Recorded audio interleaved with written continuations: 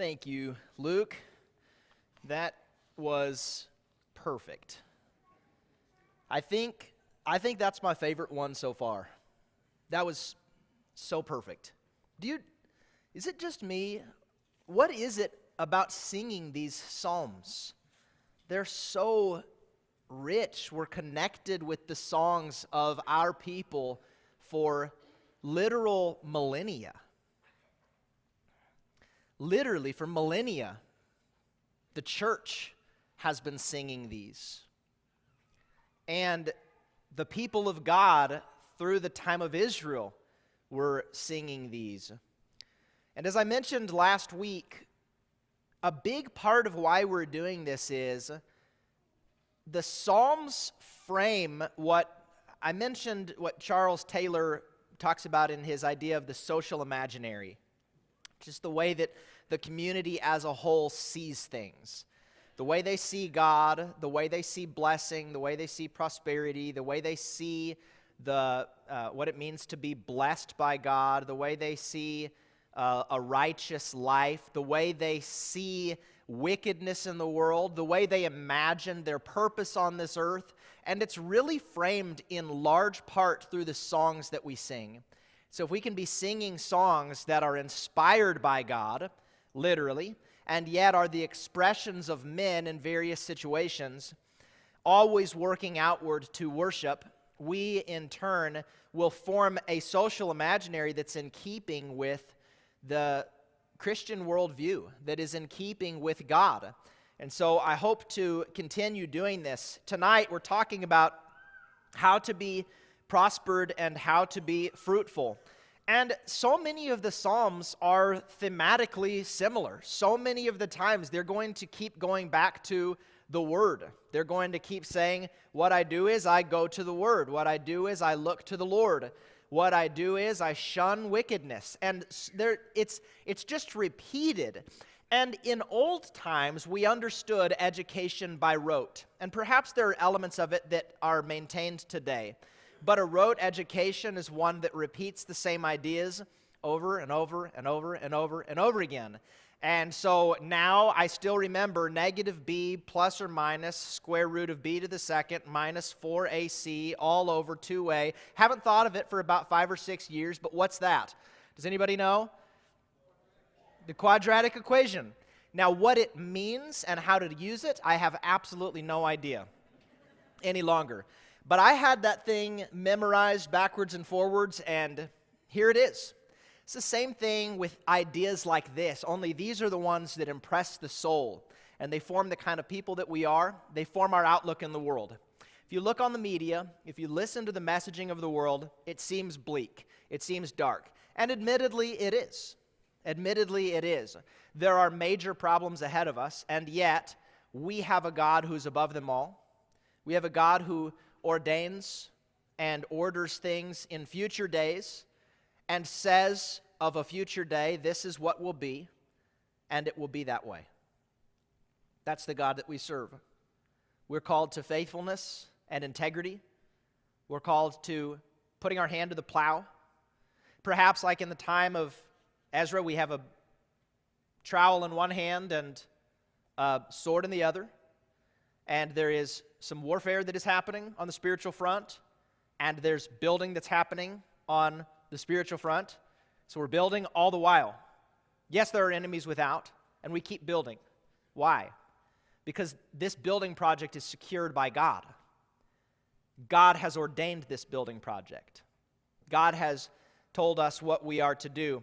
And so let's look at what this psalmist gives us for wisdom. He said, "Blessed is the man who walks not in the counsel of the wicked, nor stands in the way of sinners, nor sits in the seat of scoffers. But his delight is in the law of the Lord, and on his law he meditates day and night. He is like a tree planted by streams of water that yields its fruit in its season, and its leaf does not wither. In all that he does, he prospers. The wicked are not so, but are like chaff that the wind drives away.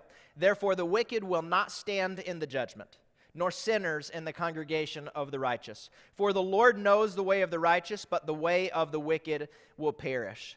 So right off the bat, let's talk about this word. Oh, that's a very, very small version. Let me make this a little bigger. Blessed. Blessed. What does it mean to be blessed? What does it mean? Well, we use the word all the time. It's a notable hashtag, blessed. Usually it's when you see a picture of someone's feet crossed like this and there's ocean waves beyond them and maybe a coconut in their hand. Hashtag blessed. Is that what this means? This word for blessing appears 111 times in the Psalms. It's used all through it. And I was running through and seeing the ways that it's used. And these are just a few of them. There are many more. But to be blessed in the Psalms means to be a person who has salvation. You are not damned. It means to be a person who has divine favor. God has given his stamp of approval. God says, I approve, I'm with you. The creator of the universe, who parts waters and raises dead people, who destroys giants, who says that it's better to defeat a massive army with 300 men than 32,000. That's the God who has given his divine favor. It means to have fullness of joy. Don't we want joy? Don't we want to be filled up with joy? Isn't this all that anyone wants? It means to have a righteous standing before God. He has declared it so, despite, to my amazement, my own conduct.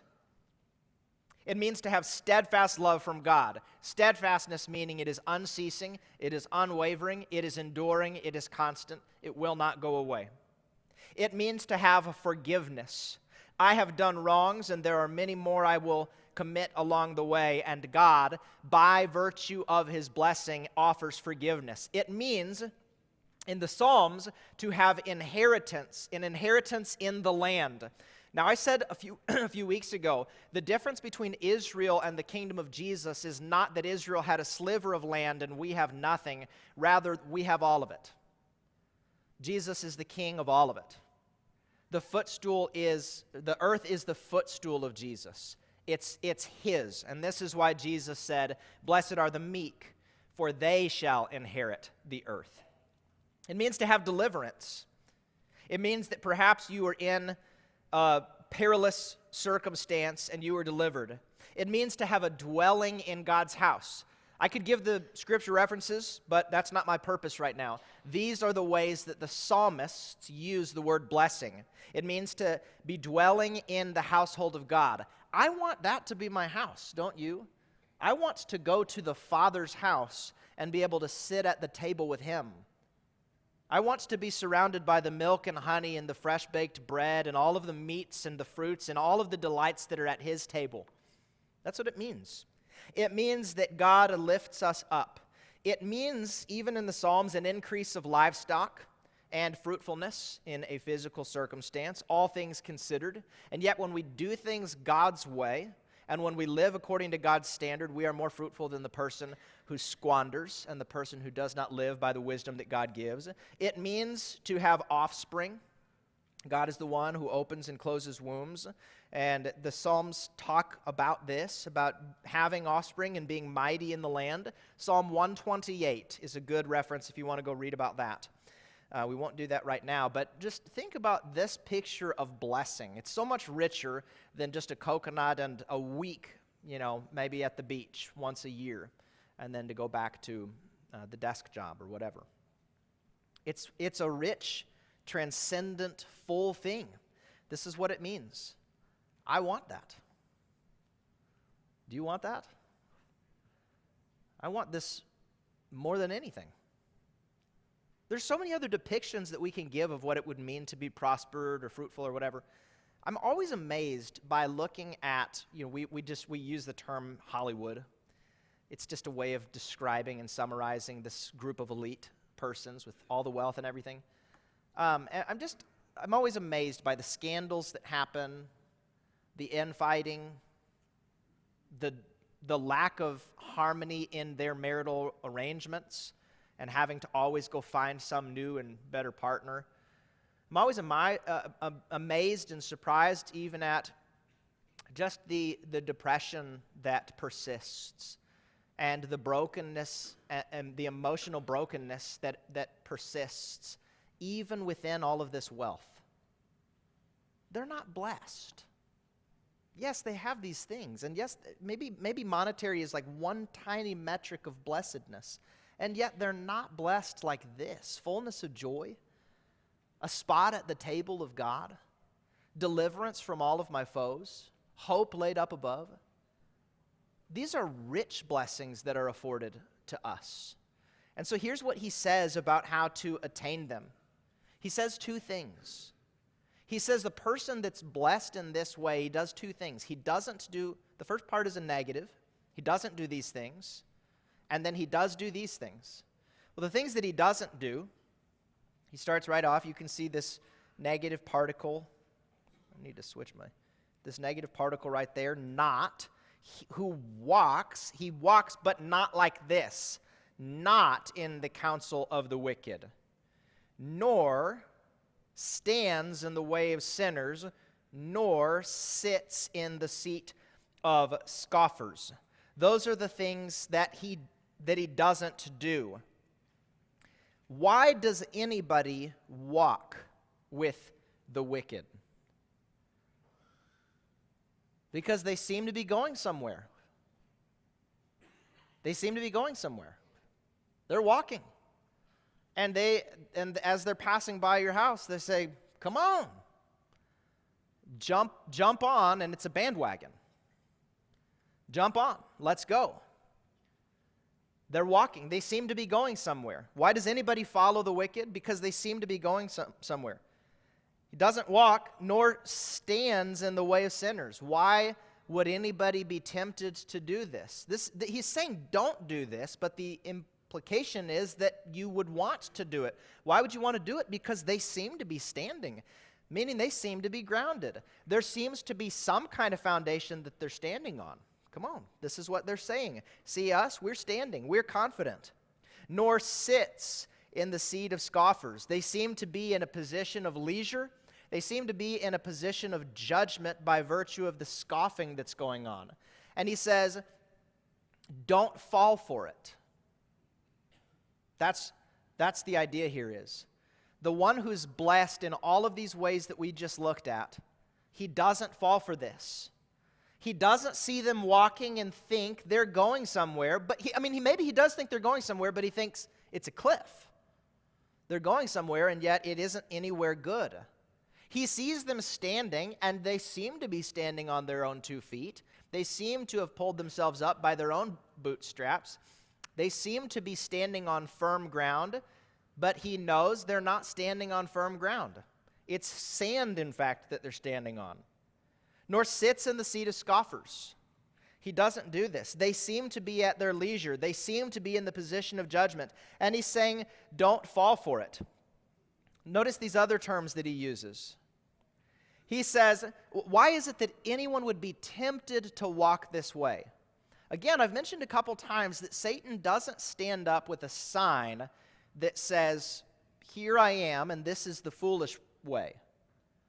He doesn't stand up and say, this is the demonic way. He doesn't say, this is an argument that is ultimately going to break down. He doesn't do that. Notice what it says, who walks not in the counsel of the wicked. Why does anybody follow after them? Because they are the talking heads. Because they seem to have something good to say. There seems to be some counsel that's going on. No, they're saying they're offering counseling. They're offering their services of counsel, and yet it is wicked. Why else would anybody want to follow them? Notice this term, the way of sinners. The way of sinners. It's a way. It's a well-paved way. If you have an opportunity to go down a road that is clearly marked and that has been, trotted many times, and it's just a clear, isn't there something about that that's desirous? It's a way. This word is it's a word for road. It's a path they're going down. It's well trodden. They have that behind them. But he's saying, don't be fooled by that. Don't be fooled by the fact they seem to be going somewhere, or their counsel, or by the fact that they seem to be standing on something, or by the fact that there is a way that is well trodden that many others have walked down. Don't be fooled by that. What about the seat? Well, they seem in this seat, because of this word, scoffers, they seem to have the rhetorical high ground. What do you do when you're seated and scoffing at someone? Aren't there things of the Christian persuasion that the world now is scoffing at? Aren't there things that they would laugh at and mock and ridicule and lambast and call foolish? The pejorative terms like old-fashioned or fundamentalist or bigot. Isn't this what it is? And when there's so many voices culminating, it's a cacophony. I mean, it's just everywhere, and it's all directed at a certain ideology, namely that of Christianity. The other religions are actually not, they don't really get the scorn that Christianity does. And so they seem to have the rhetorical high ground, and I would simply say, don't be dissuaded by the scoffing. Rather, be an Elijah. Be an Elijah. Elijah had truly powerful rhetoric that he used. And rhetoric is one of the most powerful tools at our disposal. We rarely use it because we're afraid that it sounds mean, perhaps. But the best examples of it are the Babylon Bee. Does anybody read the Babylon Bee? How often is the Babylon Bee in a one-sentence headline speaking more clearly to the point that everyone is aware of than perhaps an entire dissertation could? This is what Elijah did. He went up on the mountain with the Baals, and what did he say? What did he say? The Baals were not answering, were they? They were crying out all day to Baal, turn this on fire, and what did he say? He said, perhaps he's sleeping. Perhaps he's relieving himself. Perhaps he's using the restroom. What was he doing? He was using rhetoric. He was using it at his disposal, and I think that this is something that we absolutely can do and should do, and not be dissuaded by the seed of scoffers. But, so that's what he's saying. Don't be fooled by any of that. Don't be fooled by their counsel, by their well-trodden road, and by the fact that they're in this position of scoffing. Don't be fooled by that. Don't have anything to do with that. Avoid wickedness at all costs. It shouldn't be, here's the line, and I'm going to get as close to it as I can, asking all the while, is this a sin? Is this wrong? Rather, wisdom says, what's best? What's the best way? Right? Wisdom says this. What's best? What's the best thing for my home? What's the best thing for my children? What's the best thing for my wife? What's the best thing for my eyes? What's the best thing for my mind? I don't want to toe the line and get as close to it as possible. I don't want anything to do with it. But he says, here's what you ought to do. So don't do that, but here's what he says you ought to do. He says, but his delight is in the law of the Lord, and on his law he meditates day and night. This is what we should do. This is what we're supposed to do if we're going to be blessed. And I love the way that he words this, because he doesn't say, avoid wickedness, and then he says, here's what he does. He obeys a command to read the Word of God every day. Or he forces himself to do this out of obligation. What does he say about it? He said his delight is in the law of the Lord. Do you want to be a powerful force against the wickedness of the world? Don't let your Christianity be only items of obligation. There are those there. And during the time of great temptation, there will be the hour where you say, I know what I'm supposed to do, and I'm going to do it simply because God says I must do it. In this moment, I may not see clearly, and it may not be what my heart wants, and yet I know what I'm supposed to do. That's going to happen. And yet I would say the vast majority of a truly blessed life is not lived in sole terms of obligation, but is lived in terms of delight. His delight is this. There is a great pleasure that is derived from this. Being in the house of God is good. I delight in it. This is the one who's truly blessed. This is the one that is a powerful force against the darkness of the world. His delight is in the law of the Lord, and on his law he meditates day and night. Why does he meditate, and why is he doing it during the day and at night? The reason why is because he delights in it. It is a delightful thing to sit there and think about the things of God and the hope that is laid up above. And here's what he says is the result. The result is, he is like a tree planted by streams of water. This means this person won't be moved. The winds may howl, the storms may come, drought may be affecting everywhere else, and yet we know from our own creeks and rivers and streams here in Texas, even in the heart of the drought, what stays green? Those things that are by bodies of water. He says he is like a tree planted by streams of water, so he will be unmoving. Not only that, but it yields its fruit in its season. There will be fruit. And I would say that this would be the fruit of the Spirit. This will also be the fruit of general prosperity as God affords it. Love, joy, peace, patience, kindness, goodness, faithfulness, gentleness, self-control, even in the midst of hardship, yields its fruit in its season. So there is fruitfulness. There's unmoving, there's fruitfulness. Its leaf does not wither. This means that you will be enduring. You will not fade away. What you're doing will last. It can't be burned up.